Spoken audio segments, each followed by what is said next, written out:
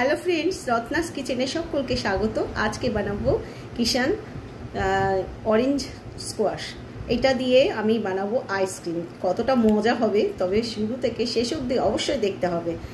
এখানে 1 গ্লাস জল নিয়ে নিয়েছি চিনি, 6 চামচ চিনি নিয়ে নিয়েছি মানে অরেঞ্জ স্কোয়াশটা। আর এবার কি করব, এই চিনিটা এর মধ্যে দিয়ে দেবো, দিয়ে একটা চামচের সাহায্যে এটাকে গলিয়ে নেব যাতে চিনিটা একদম পুরো মিশে যায়। চিনিটা একদম মোটামুটি গলে গেছে, একদম তলায় একটুখানি জাস্ট রয়েছে, ব্যাস ওইটা কিছু না। এবার দিয়ে দেবো এই এই সিরাপটা, মোটামুটি 6 চামচের মতন দেব।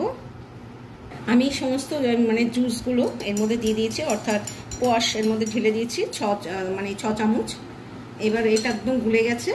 এবার একটা এরকম গ্লাসের মধ্যে একটু নামিয়ে রেখেছিলাম, বেশি হয়ে গেছিলো, উপচে যাচ্ছে। আর এইরকম গ্লাস দিয়ে কিন্তু এই মোল্ডগুলোর মধ্যে কিন্তু ঢালা খুব শক্ত, তাই জন্য কিন্তু আমি এর মধ্যে ঢেলে নিয়েছি। এবার এগুলোর মধ্যে ঢেলে নেব। বাচ্চাদের খুশি করার জন্য ঘরেই কিন্তু এইভাবে বানিয়ে নেওয়া যায়। আপনারা চেষ্টা করবেন, বাচ্চা বড় সবাই খেতে খুব ভালো লাগে। আমি এর আগেও কিন্তু রসনা দিয়ে বানিয়েছি। তো আমি সবগুলো ঢেলে নিচ্ছি, সবগুলো এইগুলো ঢেলে দিয়েছি। আর এবার কভার দিয়ে দেবো, দিয়ে এটাকে 3 থেকে 4 ঘন্টা কিন্তু এটা ডিপ ফ্রিজে রাখবো। ডিপ ফ্রিজে রাখার পর তারপরে নামিয়ে তারপরে পরিবেশন যখন করব আপনাদের দেখাবো। তো এখন 3 ঘন্টার জন্য আমি এটা ডিপ ফ্রিজে রেখে দিচ্ছি। 3 ঘন্টা পর আমি এটাকে ফ্রিজ থেকে নামিয়ে নিয়েছি, একদম মোটামুটি কিন্তু পুরো সেট হয়ে গেছে। এবার একটা বোলের মধ্যে জল নিয়েছি, নিয়ে এবার এইরকম নর্মাল জলে, এখন তো একদম ওয়েদার একদম হট চলছে, তো এরকম একটুখানি জলের মধ্যে, নর্মাল জলের মধ্যে চুবিয়ে নিলে খুব ইজিলি এটা বেরিয়ে আসবে।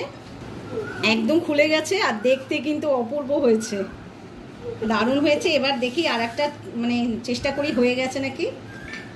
আমি একটা প্লেটের মধ্যে সার্ভ করেছি। এবার কিন্তু যার যার হাতে দিয়ে দেওয়ার পালা। কেমন লাগলো এই রেসিপি? যদি ভালো লাগে অবশ্যই কিন্তু লাইক করে দেবেন, আর এই গরমে অবশ্যই কিন্তু ট্রাই করবেন, সবাই বাড়ির খুশি হবে। ভালো লাগলে লাইক করবেন আর শেয়ার করবেন বেশি বেশি করে বন্ধু বান্ধব আত্মীয় স্বজনের সঙ্গে। আর যারা সাবস্ক্রাইব করেননি, সাবস্ক্রাইব করে আমার পাশে থাকবেন। বাই।